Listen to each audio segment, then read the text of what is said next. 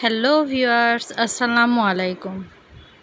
আমি আয়েশা সিদ্দিকা চলে এলাম নতুন আরেকটি রেসিপি নিয়ে। আজকের রেসিপিতে থাকছে লাউ শাকের কচি পাতা এবং ডগা দিয়ে ছোট মাছ চচ্চড়ি, যেটা কিনা খুবই ইয়াম্মি। চলুন তাহলে ফিরে যাই মূল রেসিপিতে। আমি একটি কড়াইয়ে একটু তেল নিয়েছি, তার ভিতর কিছু পেঁয়াজ দিয়ে দিয়েছি। পেঁয়াজটিকে আমি বাদামি কালার করে ভেজে নিব। এই পেঁয়াজটি আমি ভাজছি মূলত মাছটা একটু কষানোর জন্য, যেন মাছের ভিতরে সব ধরনের মশলা ঢুকে যায়। এখানে আমি দিয়েছি হাফ চামচ হলুদের গুঁড়া, হাফ চামচ ধনিয়া গুঁড়া, হাফ চামচের একটু বেশি 1.5 চামচ মরিচের গুঁড়া, দিয়ে দিচ্ছি 1 চামচের মতো মশলা বাটা, স্বাদ মতো দিয়ে দিচ্ছি লবণ, দিয়ে এটিকে আমি একটু নাড়াচাড়া করে নিব। এখন এর ভিতর আমি দিয়ে দিচ্ছি সামান্য পরিমাণ পানি, মশলাটাকে কষানোর জন্য, এর কাঁচা ভাবটা দূর করার জন্য। এটিকে এখন আমি ঢেকে দিব। ফিরে এলাম 2 থেকে 3 মিনিট পর। দেখুন আমার মশলাটা কষানো হয়ে গেছে, মশলাটির থেকে তেল ছেড়ে দিয়েছে। এর ভিতর আমি মাছগুলো এখন দিয়ে দিব। মাছগুলো দেওয়ার পর আমি এটিকে সুন্দরভাবে নেড়েচেড়ে মশলার সাথে মিশিয়ে নিব। এরপর আমি মাছটিকে কষানোর জন্য সামান্য একটু পরিমাণ পানি দিব, দিয়ে আমি সুন্দর করে এটিকে ঢেকে প্রায় 7 থেকে 8 মিনিটের মতো রান্না করব। দেখুন ফিরে এলাম 7 থেকে 8 মিনিট পর। আমার মাছটি কষানো হয়ে গেছে। দেখুন, দেখেই বোঝা যাচ্ছে যে এই অবস্থাতেও মাছটি নিয়ে ভাত খাওয়া যাবে। মাছের কালারটাও অনেক সুন্দর এসেছে। এইভাবে ছোট মাছ কষিয়ে এটা দিয়েও ভাত খেতে অনেক মজা লাগে, খেয়ে দেখতে পারেন। এখন আমি চলে যাব আমার পরের রান্নার ধাপে। দেখুন এখানে আমি যে লাউ শাকের ডগাগুলো নিয়েছি, আর নিয়েছি 2টো আলু, এভাবে চিকন চিকন করে কেটে নিয়েছি।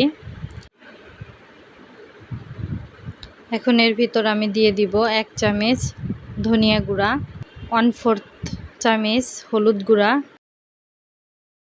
আমি এখানে সব উপকরণগুলো অল্প পরিমাণে ব্যবহার করব, কারণ আমি ওখানে মাছ কষানোতে সব কিছু দিয়ে রেখেছি। দিয়ে দিয়েছি কিছু কাঁচামরিচ ফালি করা, কিছুটা পেঁয়াজ, 2 চামচের মতো মশলা বাটা। এটি আপনারা সবাই যে মশলা বাটাটা তরকারিতে ব্যবহার করেন সেই মশলা বাটা, স্বাদ মতো লবণ, দিয়ে দিচ্ছি প্রায় 3 টেবিল চামচের মতো সয়াবিন তেল। এখন আমি এটিকে খুব ভালোভাবে মাখাবো, সবগুলো উপকরণ যেন সবজিগুলোর সাথে সুন্দরভাবে মিশে যায়। দেখুন মাখানোর পর আমার সবজিটা কত সুন্দর দেখাচ্ছে। এখন আমি এর ভিতর পরিমাণ মতো পানি দিয়ে দিব, যেন আলুটা এবং শাকটা সুন্দরভাবে সিদ্ধ হয়ে যায়। আমি এটাকে এখন ঢেকে দিচ্ছি। ফিরে এলাম 5 মিনিট পর।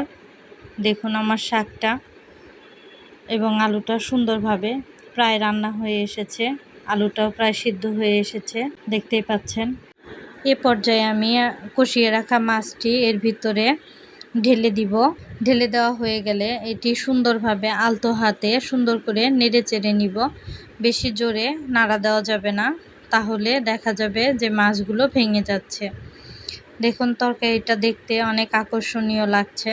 এখন আমি আবার কিছুক্ষণ ঢেকে রান্না করব। ফিরে আসছি 5 থেকে 6 মিনিট পর। দেখুন আমার ছোট মাছের চচ্চড়িটি প্রায় হয়ে এসেছে। এই তরকারিটি যেমন দেখতে লোভনীয়, খেতেও খুবই মজা। বাসায় অবশ্যই আপনারা সবাই একবারের জন্য হলেও এই রেসিপিটি ট্রাই করবেন। আশা করি আপনাদের সবার অনেক ভালো লাগবে। আমার ভিডিওটি দেখার জন্য আপনাদের সবাইকে অনেক অনেক ধন্যবাদ। আমার চ্যানেলটি অবশ্যই সাবস্ক্রাইব করবেন এবং আমার পাশে থাকবেন। ভালো থাকবেন সবাই। আসসালামু আলাইকুম।